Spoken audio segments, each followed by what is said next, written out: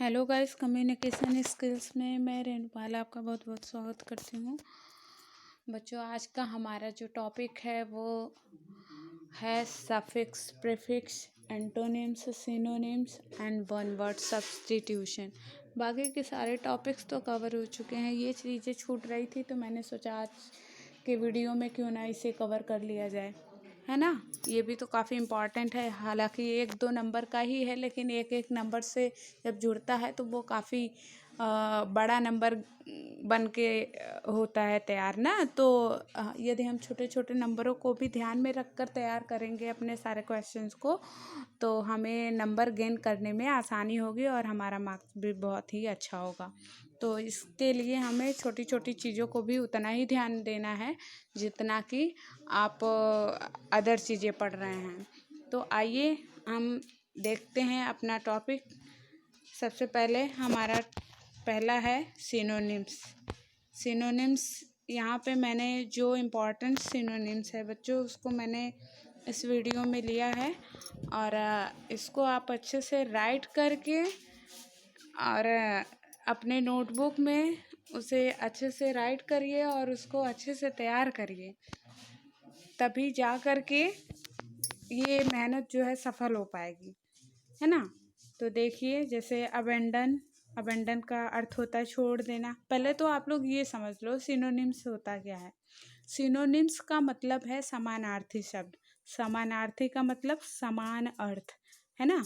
तो जैसे अबेंडन का मतलब छोड़ देना होता है, तो जो इसके सिनोनिम्स होंगे लगभग सारे वर्ड का भी यही मीनिंग निकलेगा, उसी से रिलेटेड।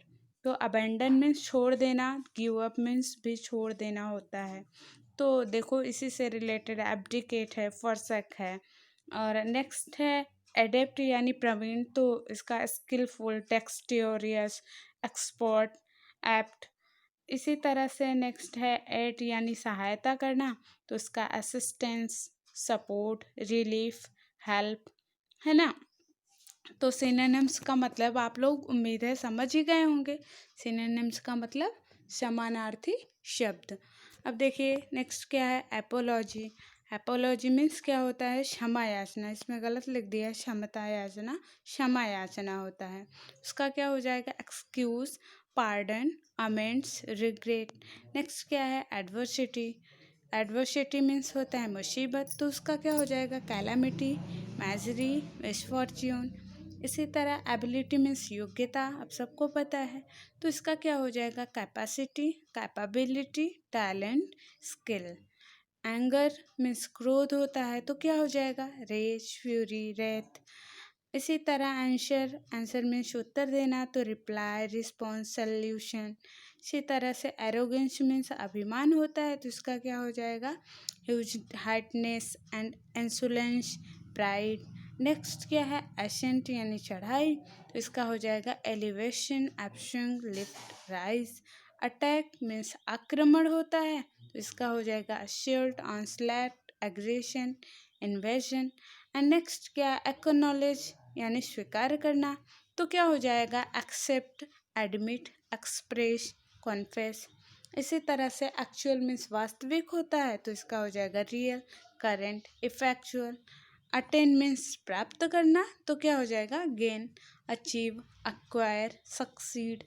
इसी तरह बेन मीन्स साफ, तो कर्स, मिसचिफ, करेज, हार्म। तो इसी तरह से आपने देखा लगभग मैंने देखिए 70 या 80 समथिंग है, तो इसको आप लोग अच्छे से राइट करके एक एक वर्ड को अच्छे से तैयार कर लीजिएगा, और मिनिमम एक वर्ड का आप 2 लिखिए, तो एग्ज़ाम में कम से कम 2 या 3 लिखिए तो बेटर रहेगा, है ना। तो उसके लिए आपको 2 से 3 तक याद भी करना पड़ेगा, तो उसको आप अच्छे से तैयार कर लीजिए। देखिए सारी चीज़ों का यहाँ पे दिया हुआ है, आप एक एक करके देख सकते हैं। इसी तरह से लगभग 80 है ये। अब नेक्स्ट आइए देख लेते हैं सिनोनिम्स। तो आपने देखा, अब नेक्स्ट क्या है, एंटोनिम्स। एंटोनिम्स मीन्स क्या होता है, एंटोनिम्स यानी ठीक उल्टा, सिनोनिम्स का मतलब समानार्थी, तो एंटोनिम्स का मतलब क्या होगा, ठीक उल्टा उसका, यानी जो भी वर्ड है उसका ठीक विपरीत वाला शब्द होगा। देखिए जैसे यहाँ पे डेफिनेशन भी दिया हुआ है, देखिए the word opposite in meaning are called antonyms, यानी जो वर्ड्स है, जो शब्द है, उसका ठीक उल्टा जो मीनिंग निकलता है उसको क्या कहते हैं, एंटोनिम्स कहते हैं। फॉर एग्जाम्पल आप देख सकते हैं, जैसे गुड यानी अच्छा, तो उसका क्या हो जाएगा, बैड यानी बुरा। इसी तरह से आप देखिए एबिलिटी यानी योग्यता, तो इनएबिलिटी यानी निर्योग्यता।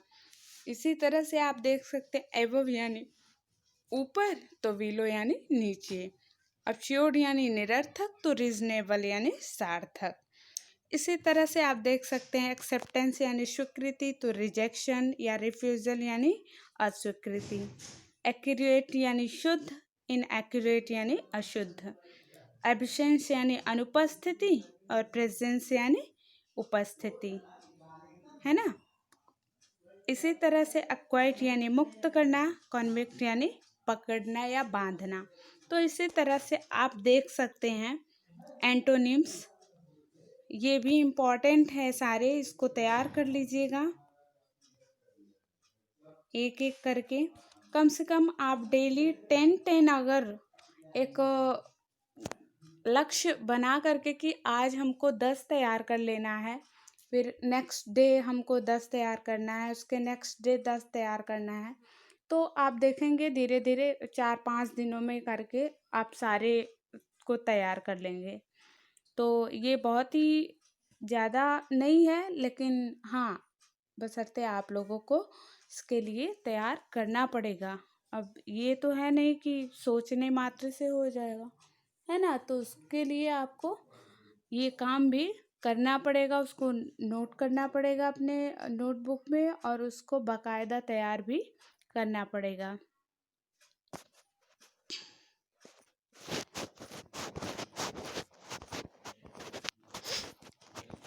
75 तक है, इसको आप लोग राइट कर लीजिएगा। नेक्स्ट आइए देखते हैं सफिक्स। सफिक्स क्या है, सफिक्स मतलब क्या होता है, प्रत्यय।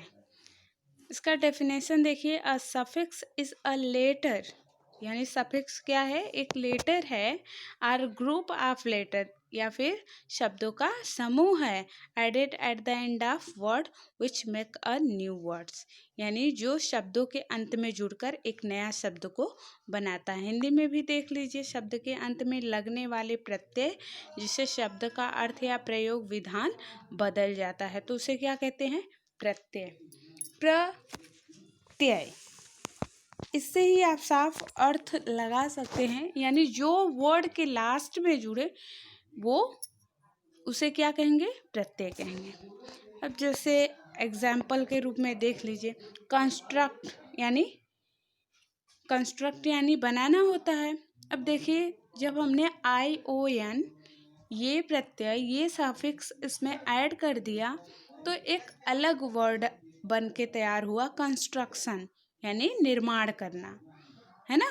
इसी तरह से नेक्स्ट देखिए, इम्प्रूव है, इम्प्रूव मतलब सुधार करना, और इसमें हमने MENT ये सफिक्स ऐड कर दिया, तो क्या बन गया वर्ड, इम्प्रूवमेंट।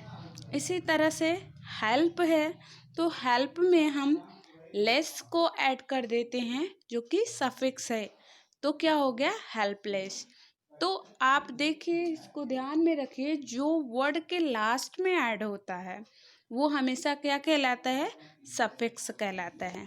देखिए इसी तरह से डेमोक्रेसी में ACY ऐड हुआ है, एक्यूरेसी में ACY ऐड हुआ है, और इसी तरह से आप देख सकते हैं रिमेडियल में IAL ऐड हुआ है, क्रिमिनल में AL ऐड हुआ है ना। इसी तरह से टॉलरेंस में देख सकते हैं ANCE ऐड हुआ है, फ्रीडम में आपका DOM ऐड हुआ है, स्टारडम में भी ऐड हुआ है, तो ये सारे क्या हैं, सफिक्स हैं। इसी तरह से क्रिएचर में भी आप देख सकते हैं, इन्वेंटर में भी देख सकते हैं, है ना, तो सब में ये क्या है, ये आपका सफिक्स है। अब देखिए ये वर्ब सफिक्स हैं, यानी कुछ ऐसे सफिक्स हैं जो वर्ब होते हैं, क्रिया होते हैं। क्रिएट, ATE, एट मीन्स खाना होता है ना, तो क्रिएट मीन्स बनाना हो गया। स्ट्रेंथन, जस्टिफाई, सिंप्लीफाई, सेटिस्फाई, इसी तरह से ये क्या है, वर्ब सफिक्स हैं। सिंथेसिस, ये क्या है, वर्ब सफिक्स है।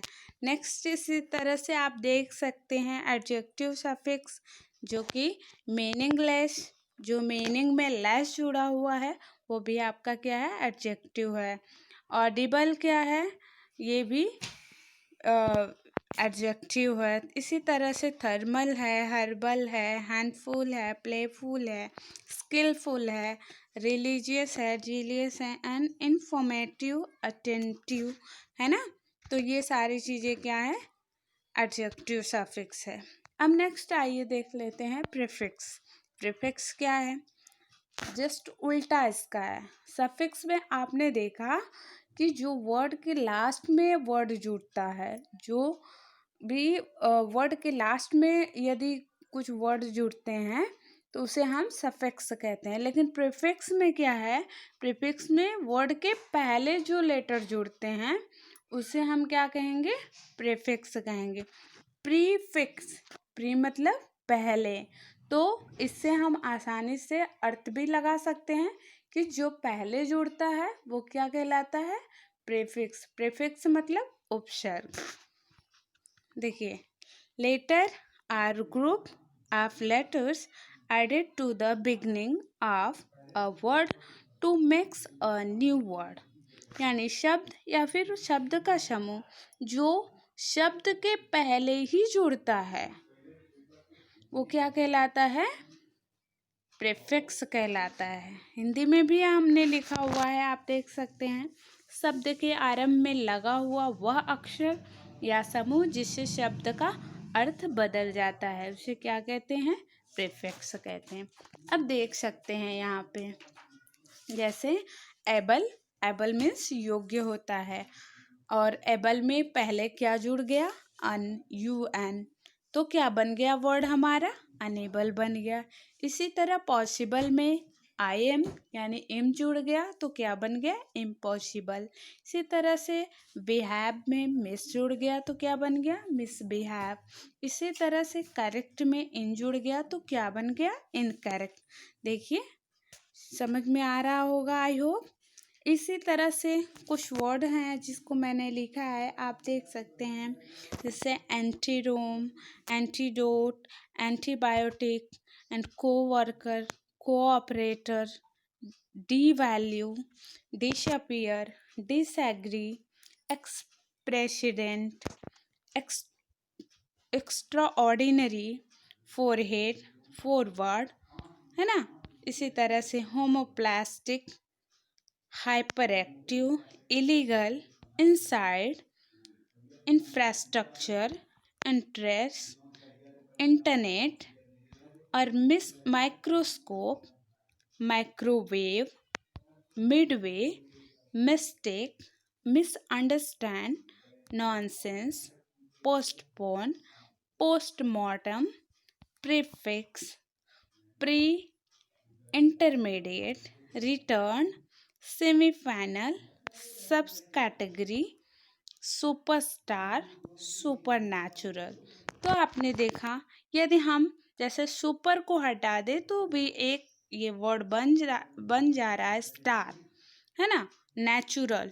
लेकिन इसमें जो सुपर, ये क्या लगा हुआ है, प्रीफिक्स लगा हुआ है। प्रीफिक्स का मतलब प्रत्यय, जो वर्ड पहले जुड़ता है उसे हम प्रीफिक्स कहते हैं। तो आई होप ये सारी चीज़ें भी आपको समझ में आ गई होंगी।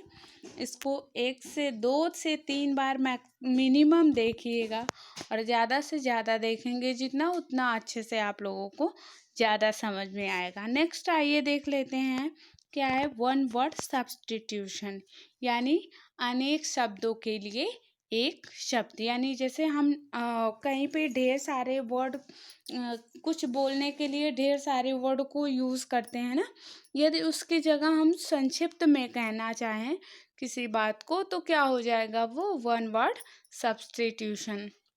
यहाँ पे आप लोग देख सकते हैं डेफिनेशन दिया हुआ है।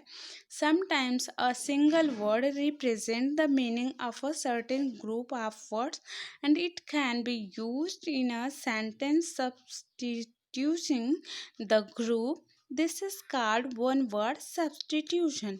यानी कुछ जो एक सिंगल वर्ड होता है वो कभी कभी क्या रिप्रेजेंट करता है, यानी ढेर सारे शब्दों के समूहों का अर्थ, यानी जिसके लिए हम ढेर सारे शब्दों का इस्तेमाल करते हैं उसके लिए कभी कभी हम एक वर्ड का इस्तेमाल कर सकते हैं, तो उसे ही क्या कहते हैं, वन वर्ड सब्स्टिट्यूशन। आइए देखते हैं। जैसे आप देख सकते हैं एब्डिकेट मीन्स होता है पद त्याग देना, है ना। तो उसके लिए हम ढेर सारे वर्ड क्या यूज़ करेंगे, to give up, throne or right. तो यदि हम इतना ढेर सारा वर्ड न बोलकर सिर्फ एक शब्दों में बोलना चाहें तो उसके लिए क्या कौन सा वर्ड इस्तेमाल होगा, एब्डिकेट। उसी तरह से नेक्स्ट है एलियन यानी विदेशी मनुष्य। तो क्या हो जाएगा, a person residing in a country of which he is not citizen. यानी एक ऐसा व्यक्ति जो किसी अन्य देश में ऐसे ही रह रहा हो लेकिन वहाँ का नागरिक न हो, तो उसे क्या कहेंगे, विदेशी मनुष्य। उसके लिए हम सिर्फ एक शब्द का इस्तेमाल इतने ढेर सारे शब्दों की जगह कर सकते हैं, क्या, एलियन।